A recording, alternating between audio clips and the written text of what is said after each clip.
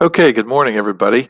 So today we are going to continue our discussion of Chapter 7, Section 2. This is the last video for this section. And so what I'm going to show you today is how to use matrices for a real-life type of problem or an application problem. So let's get started. So the first thing that we're going to take a look at is this problem right here. And what this problem says is there's two softball teams. We have a women's and a men's team. And what they're trying to do is purchase equipment for their season. And so you can see the women's team, they need to get 12 bats, 45 softballs, and then 15 gloves. The men's team needs to get 15 bats, 38 softballs, and 17 gloves.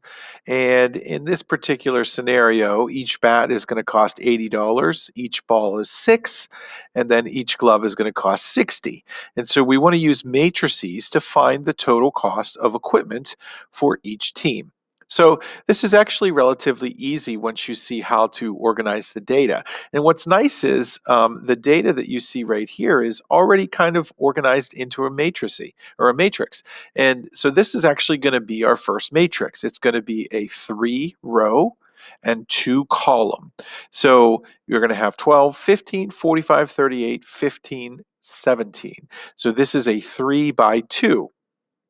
The other matrix that we're going to have is going to consist of the costs, which is going to be 80, 6, and 60. Now, if you recall, when we discussed multiplying matrices, when you multiply two matrices, the center numbers of the two orders need to be the same in order to be able to multiply them.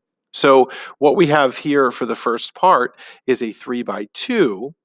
And what we have down here at the bottom for the second part, for the cost, it would be equate, if you put the numbers right in a row, would be a 1 by 3. And so when I flip to the next slide, you'll see what I mean by this. So here's our first matrix. We're going to call it matrix E, and that has our numbers. And remember, each column represents the women's team and then the men's team, and then each row represents the number of bats, the number of balls, and then the number of gloves. This second matrix here is a 1 by 3, and it represents the cost. So looking at this being a 3 by 2 and this being a 1 by 3, there is a specific order that you have to multiply them. And that order is you have to have the 1 by 3 first, then the 3 by 2. So then the 3's in the center of the orders are matching up so we can multiply them. So we're going to multiply them. The easiest way to multiply them is to type these into our calculator to do that. So I'm going to take a second here. I'm going to go into my calculator screen. I'm going to hit second matrix. We'll scroll over to edit, and I will put these in for C and E so it's easy to remember.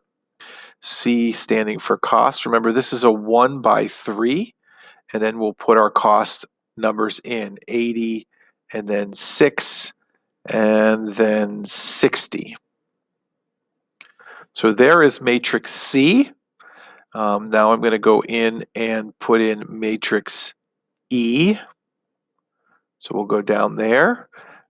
This one, again, as we said, that's a 3 by 2.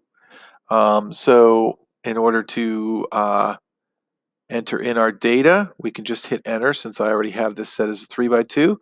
It's going to be 12, 15, 45, 38, 15, and then 17. So now we have our data in for matrix E. So you can hit second quit again. Now you're in the home screen, and the last thing to do is to tell the calculator to multiply matrix C times matrix E. So I'll go back, hit second matrix, and then choose 3 for matrix C, and then hit multiplication. Second matrix again, I'm going to hit 5 for E. Once I have C times E programmed into the home screen, I can hit enter, and you can see that I ended up with a 1 row and 2 column answer. And what this column right here represents is the total cost for the women's team. And then this column right here is going to represent the total cost for the men's team. Okay, so hopefully that made sense. As always, if you have any questions, feel free to send me an email. Have a great day.